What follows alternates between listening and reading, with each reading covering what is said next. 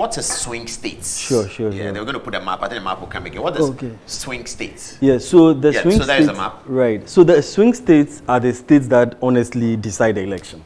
So in Ghana we have what do we call it? We don't call it swing. What do we call it? Is it swing we use? We call it something else. Anyway, actually the word will come. It's not swing. Swing is typically American. We call it it's not. Is it swing regions? Okay, that's another word I'm looking for. Yeah, so like central region that votes for MPP sometimes, votes for NDC sometimes. Like Western region, Greater Accra region is a big one. Bono. Like that. Bono, you can call it that. Yes. Yeah, the former Bono. So those swing states, it means they have on occasion voted for Republican. Yes. And they have voted for Democrat. Yes, at different times. So where are they coming from in 2020? Let's start with Nevada.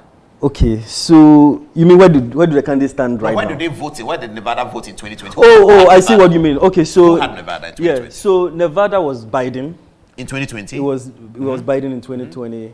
Arizona was Biden. Okay. Wisconsin was Trump in 2016, which was the first time they voted for a Republican in a long time. Okay. And that's why Trump won.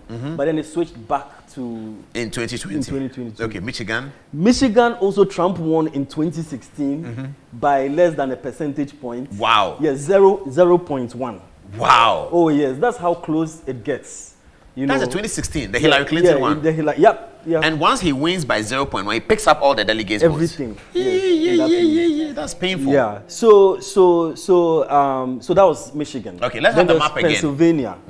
Pennsylvania again in 2016 was Trump, which was the first time Republicans had won in a long time. Okay. Because traditionally. So Trump was eating into the Democrat side. Yes, and that was why it was just a walkover. A walkover for him. So Pennsylvania, typically the Democrats, although it's swing, the Democrats get it. And once they get, because they have about, I think, 18, one of the largest delegates, whatever. What is it, 18? About 18 or so, I got to check. But it has one of the largest. Okay. Florida is the largest, 27. 27, sorry, yeah. Florida is the largest for 27, but 18 is a lot. It's quite a lot, yeah. So Pennsylvania went to Trump, and then 2020 came back to Biden.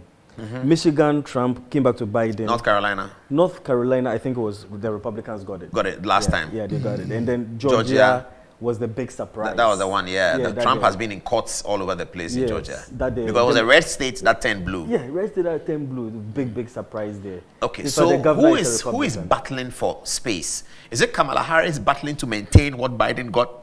Yeah, is that what it is? Or is Trump battling with himself to recover something that was taken from him? How would you look at it? Is it Kamala Harris trying to hold what Biden had? Right. Or is it Trump trying to get back what Biden took? I think Harris is trying very, very hard to maintain what Biden got back from Trump, right? So, but we've been told, and that's what I was watching CNN with Mikhail yesterday, and we're confused. We've been told that Kamala Harris is better than Biden, and that is why Biden was asked to step aside. Last night, CNN was saying that they were almost blaming Kamala Harris for polling below Biden at this time in 2020. Right. They agree that he's polling more than Biden now, but she's not polling enough to guarantee victory before voting day. Correct.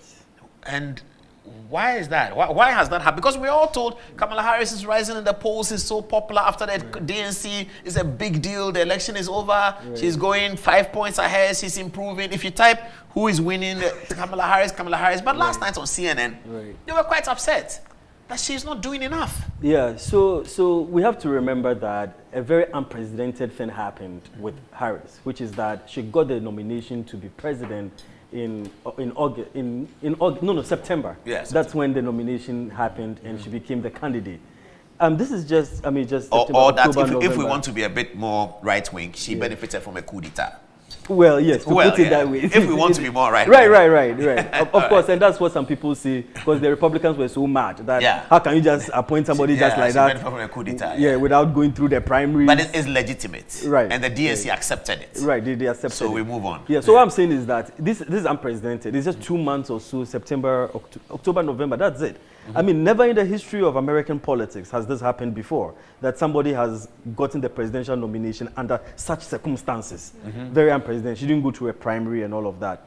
So despite the enthusiasm that a lot of the Democrats had about her, The truth of the matter was that she had very, very short time to put together her campaign. She was literally putting the campaign together on the go, on the fly, right? So very short time. So you got to control for that.